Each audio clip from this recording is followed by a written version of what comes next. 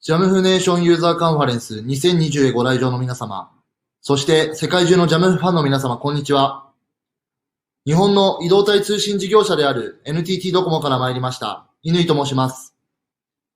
まずはじめに、弊社へこのような貴重な機会を提供いただいたジャムフの皆様と、今日を迎えるに至るまで多くのリソースとサポートを提供くださったジャムフジャパンの皆様に心からお礼申し上げます。早速私より、NTT ドコモとジャムフが日本の ICT 教育に力を与えるというテーマで、ジャムフと共に歩んできた日本の ICT 教育のお話をさせていただきます。ディスクレーマーです。ご確認ください。改めまして簡単に自己紹介を。NTT ドコモの乾学と申します。2017年の入社以降、本社第一法人営業部教育 ICT 推進担当に所属しております。弊社のセルラーネットワークを用いた ICT 環境を日本の教育現場に普及させることが最も重要なミッションであり、日本全国の各地で提案活動を行っている弊社営業担当者とともに先生方のサポートを行うことが主たる役割です。私の入社当時を振り返ると、日本の教育にどういった形でテクノロジーが結びつき、子供たちの学びがどのように変化するのか、イメージが湧かないまま駆け回っていたことを懐かしく思います。今日まで様々な教育現場に足を運び、先生方との関わり合いの中で ICT の活用や管理の悩み、課題を知り、その学校の目指すビジョンの達成に向けて伴走してまいりました。日々学校のチャレンジの後押しができる存在となれるよう奔走しております。本日私からお話しさせていただくテーマは4つとなっております。まずはじめに弊社 NTT ドコモのご紹介をさせていただいた後、日本の ICT 教育のこれまでと現在に触れていきたいと思います。その中で我々が日本の教育現場へ行っているご提案や、弊社とジャムフがこれまで携わらせていただいた日本の学校における先進事例を交えてご紹介させていただき、ジャムフと共に作るこれからの思いをまとめとして私からのプレゼンテーションとさせていただければと思います。最後までご清聴ください。では早速、弊社のご紹介に移らせていただきます。弊社 NTT ドコモは情報通信技術を中心として AI やビッグデータなど多様な技術を横断してお客様へ新たな価値を生み出すことにチャレンジしております。事業領域においてはモビリティやスポーツ、観光、一次産業など、弊社の通信技術と様々なソリューションを融合し、通信技術だけにとどまらず、テクノロジーを通じたよりスマートで便利な社会の創出を目指し取り組んでいる企業です。中でも、医療や農業など、テクノロジーを用いた地域課題の解決は、法人部門の重要なテーマとして位置づけており、特に私自身も携わっている教育分野は、これからの世の中をより良くするため、未来の担い手となる子どもたちがより活発にテクノロジーを通じて学びの機会を広げていけるよう、セルラーネットワークを用いた ICT 導入と活用のお手伝い、運用の最適化を目指し、日本全国の各地で教育現場へのサポートに重きを置き取り組んでおります。ここから日本の教育のこれまでと現在に触れていきたいと思います。こちらのデータは OECD の PISA2018 の調査結果より、1週間のうち、教室の授業でデジタル機器を利用する時間を教科別に定量化したデータです。この調査結果から示されている通り、これまで日本の教育現場では、子どもたちが自らの学習のためにデジタル機器を用いることや、インターネットに自由にアクセスすることは、制度の課題や環境整備にかかるコストの課題が大きく、実現することが難しい状況でした。世界各国の平均と比較しても、日本の教育現場における ICT 活用に大きな遅れが生じていることが、こちらのグラフから見て取れるかと思います。こういった状況の中、昨年12月、日本政府よりギガスクール構想という政策が打ち出されました。これは前述で触れた通り、日本の ICT 教育の遅れを取り戻し、日本の教育改革を加速させることを目的として閣議決定され、具体的には、児童生徒1人1台の情報端末を整備すること、高速大容量のネットワーク環境を整備すること、そして多様な子どもたちを誰一人取り残すことなく、個別最適化された創造性を育む教育を日本全体の教育現場で持続的に実現させる構想として打ち出され、ICT 環境の整備に2292億円もの大規模な補正予算が計上されました。このギガスクール構想は日本の教育現場へ ICT 環境を普及させ、教育改革を図る上での大きな後押しとなり、今現在日本各地で ICT 導入に向けた動きが活発になっている状況です。続いてご紹介差し上げたギガスクール構想によって日本の ICT 環境整備が加速する中、弊社 NTT ドコモが JAMF とともにどのようなご提案を教育現場へ提供させていただいているかご紹介させていただきます。セルラーネットワークで学びを最大化する。これが我々のビジョンであり重要なミッションです。教室はもちろん、校庭や家庭、校外学習や遠隔授業など、いつでもどこでも自由に学べる環境をセルラーネットワークと iPad で実現し、安心を JAMF Pro で提供しています。子供たちの学習意欲を止めない、子供たちが情報にアクセスしたいときにその場の空間に左右されずアクセスすることができる。授業が止まらない安心を先生方に提供する。セルラーネットワークを通じて子供たちと先生方に安定した自由な通信をお届けすることが我々が行っているご提案です。では我々がなぜ ICT の導入、活用の過程を進めていく中で数多く存在する MDM の中から JAMF Pro を選択しお客様に提供するのか。ポイントは4つございます。JAMF Pro は子供たちの学びを制限するテクノロジーではなく、学校現場での活用を最適化できるツールであること。教育現場の見守りを容易に実現できるツールであること。大規模な一斉導入や運用に耐え続けることができるツールであること。学校の管理者の稼働を軽減し、柔軟な運用を提供することができるツールであるということ。この4つの点にフォーカスをして我々がサポートをするお客様の最適な運用を実現させるためには、JAMF Pro は必須のツールであると考えています。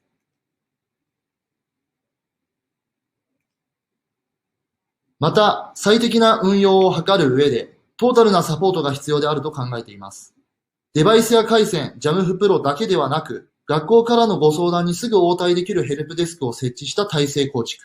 先生方と共に考え、iPad の活用を現場に根付かせていく上での活用研修など、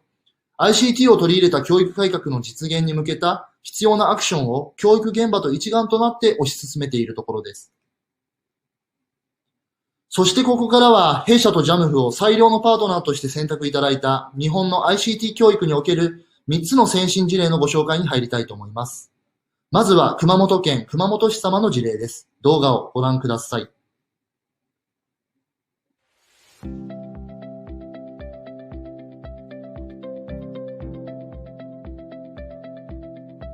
まず学校が活性化したっていうことですね。タブレットを導入して、例えば子供同士で教え合うとか、で先生同士でも使い方を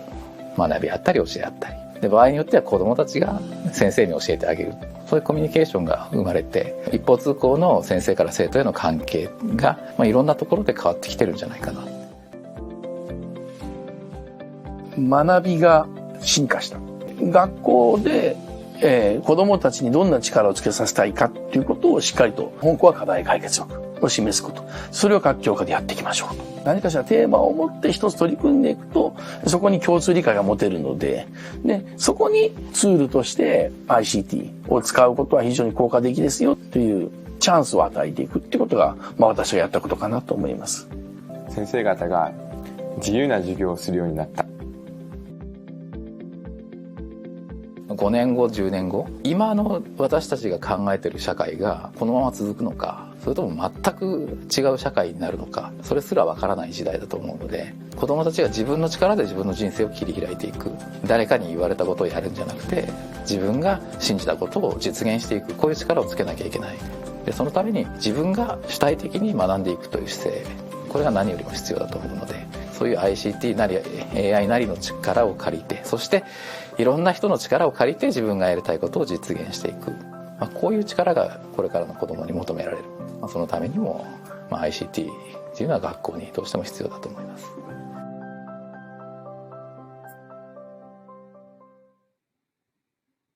はい。いかがでしたでしょうか。映像のお話からあったように、今後予測困難な時代を生き抜く子供たちが誰かに教わるのではなくて、自ら学ぶ力、周囲と一緒になって切り開いていく力を教育の中で育むことが熊本市のビジョンです。ICT によって学校が活性化した、コミュニケーションが加速した、先生が自由な授業をするようになった、熊本市の学びは ICT とともに日々進化し続けています。今から約2年前、熊本市様は23,460台のセルラー iPad を導入されました。これは熊本市の小学生、中学生の3人に1台の割合であり、当時の日本の教育現場では、ここまでの大規模な導入が実現されたことはありませんでした。この台数の運用を支えているのが我々のセルラーネットワークであり、JAMF Pro です。振り返ると、弊社と JAMF 初の共同プロジェクトが、この熊本市様の3人に1台の大規模導入であり、ここから我々のパートナーシップがスタートしています。そしていよいよ今年度、熊本市の子供たちに1人1台のセルラー iPad が行き渡ります。台数は64,430台にも上り、1人1台の ICT 環境で、熊本市の子供たちの学びはさらに加速すると確信しています。導入当初、熊本市の教育現場では、多くの先生方がタブレットに対してはどう使っていいかわからない。通信が途切れたら、授業をどう進行したらいいかわからないという不安を抱かれていました。子供たちの思考を刺激する iPad と安定した通信を行えるセルラーネットワークという組み合わせは、現場の先生方にとって最良の選択になったと感じています。また、JAMF Pro の同時サポート対応や大規模導入における安定した動作が管理と運用を容易にし、熊本市の目指す ICT 教育の推進を後押ししています。熊本市様はデバイスを導入して終わりとするのではなく、大学や企業と一丸となって熊本市発信の未来の教育を考える検討会議を継続的に実施しています。さらなる教育活動の充実に向けて異なる知恵を融合し、カリキュラムの作成や企業とのコラボレーションなど、子どもたちの学習へのアプローチがより活発となるよう取り組んでいます。加えて、導入初期の段階で、現場の先生方が新たな教育活動へチャレンジするためのマインドセットと、テクノロジーを授業の中でどのように取り入れていくか、熊本市の授業を活性化させることを目的に、共通認識を育む全体研修であったり、推進教員向けの研修、管理職向けの研修と、異なる役割ごとに躍動してもらえるよう階層別の研修を実施してまいりました。続いて、第2の事例として、神奈川県の鎌倉市にある北鎌倉女子学園中学校高等学校のご紹介をさせていただきます。この学校のビジョンは、すべての人を笑顔に、子供たちを学校教育を通して育てていく、こういった思いを持って教育活動に取り組まれている学校です。2019年に Apple Distinguished School に認定されております。テクノロジーを工夫して学習活動に活用し、Apple のビジョンを実践している学校様です。これは子供たちが作った作品です。この学校が大切にしていることは、子供たちの創造性を育むこと、子供たち同士で学び合い、教え合う空間づくりを学習の要素として ICT を活用されています。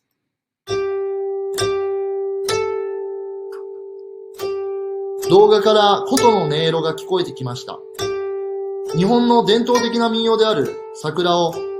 子供たちが制作し、作ることを通じて学んでいることが印象的です。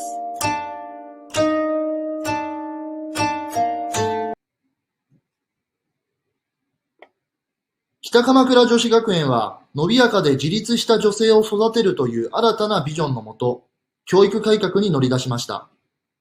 2019年の Apple Distinguished School の認定をさておき、自由に楽しむ子供たちの姿をもとに柔軟な授業設計を実施されています。弊社と JAMF は次の3点でこの学校の改革を支援することができました。セルラーネットワークがいつでもどこでも子供たちが学べる環境を提供したこと。ジャンプスタートで学校の管理者のスキルを底上げし、最適で柔軟な運用を確立できたこと。また、学校で所有する Apple デバイスの統合管理であったり、セルフサービスを用いて生徒の意欲的な活動をサポートすることで、北鎌倉女子学園様が理想とする ICT 環境の実現に関わらせていただきました。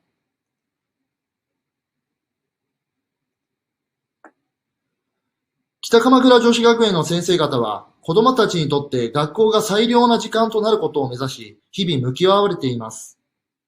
探究学習やグローバル教育など、テクノロジーを子供たちの学習意欲を刺激する要素として取り入れ、子供たちが主役となる授業を柔軟な授業デザインで教育活動を進められています。これは子供たちがガレージバンドを作って楽曲制作をしている様子です。子供たち同士で取り組める授業デザインや空間を先生方が提供し、子供たちはクラスメイトと一緒に作ることを通じて学んでいます。楽しみながら学んでいる姿が印象的ですね。最後に、東京都豊島区にある立教小学校の事例をご紹介させていただきます。立教小学校は日本全体で見ても、いち早くテクノロジーを学びの要素として取り入れてこられた学校です。テクノロジーを活用して学びを転換するという言葉が、立教小学校を表現する上でふさわしい言葉ではないでしょうか。子供たちが自由に学べる授業作りと、日常の中で子供たち自身が考え判断する力を、教育活動の中で育まれています。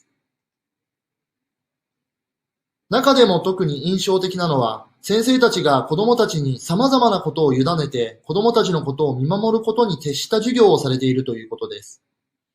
先生は指導や知識を教えてあげるということよりも、テクノロジーを有効な手段として子供たちに自由に使わせてあげることで、子供たちは自ら授業に関わり、クラスメイトと楽しみながら、自らの日常を作っていきます。子供たちの自立を後押しする立教小学校の教育活動は今後ますます進化していくと確信しています。そんな立教小学校が目指す教育にどのような価値を弊社とジャムフが提供できたのか。立教小学校は子供たちを自由にすることで子供たちの学びを後押しされています。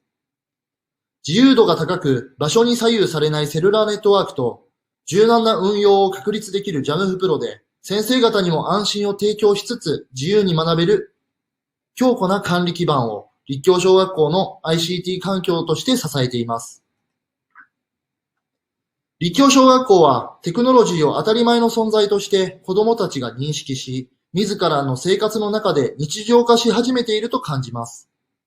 本当の意味での主体的な学びの実現とは制限にとらわれるのではなく、自律的な生活と自律的な学びを学校生活の中で子どもたちに提供することだと立教小学校から学びました。皆さん、左の写真の中央に黒いドローンが10機ほど宙に浮かんでいるのが見えますでしょうか。子どもたちが自らプログラミングをし、ドローンを飛ばしている様子です。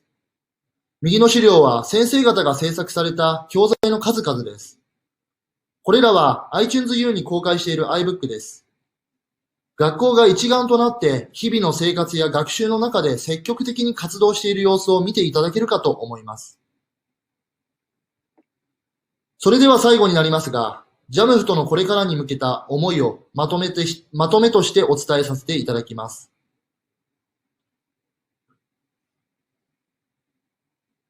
先ほどご紹介させていただいた3つの事例において共通して言えることは、作る学びへのチャレンジをしているということです。